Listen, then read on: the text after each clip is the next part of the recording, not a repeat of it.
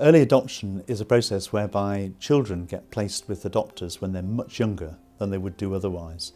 What normally happens in an adoption is that a child is taken into care, and then there's a long period of legal battles going on until that child can be released for adoption.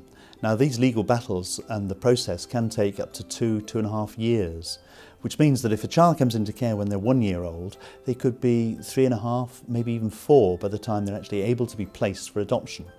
Now, what early adoption does, it cuts through all that, and where there's a very high chance that the end result is going to be adoption, these children are selected to be placed as soon as they come into care.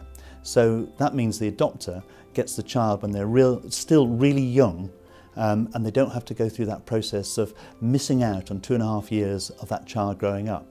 And the child doesn't have to go through 2.5 years of possibly having more than one foster carer and being moved around. Any couple or individual who decided they were going to go with early adoption, they would have their own support worker who would be with them every step of the way. So there would be contact with the birth parents who originally looked after the child, but they would be supported through that process. There would be a social worker holding their hands every inch of the way, and it would be somebody who would understand all the issues that this slight uncertainty might give rise to, and they'd be able to talk the adopters through that. This scheme is brand new to the North East. There's nobody else actually running it in the way we're going to be running it here. The idea's been around for a long time.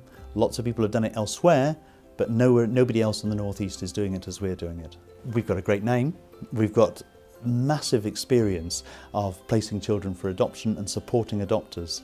So we've got a very good record, and if you talk to people who've adopted through Barnardos, they cannot speak highly enough about the support they actually get from us.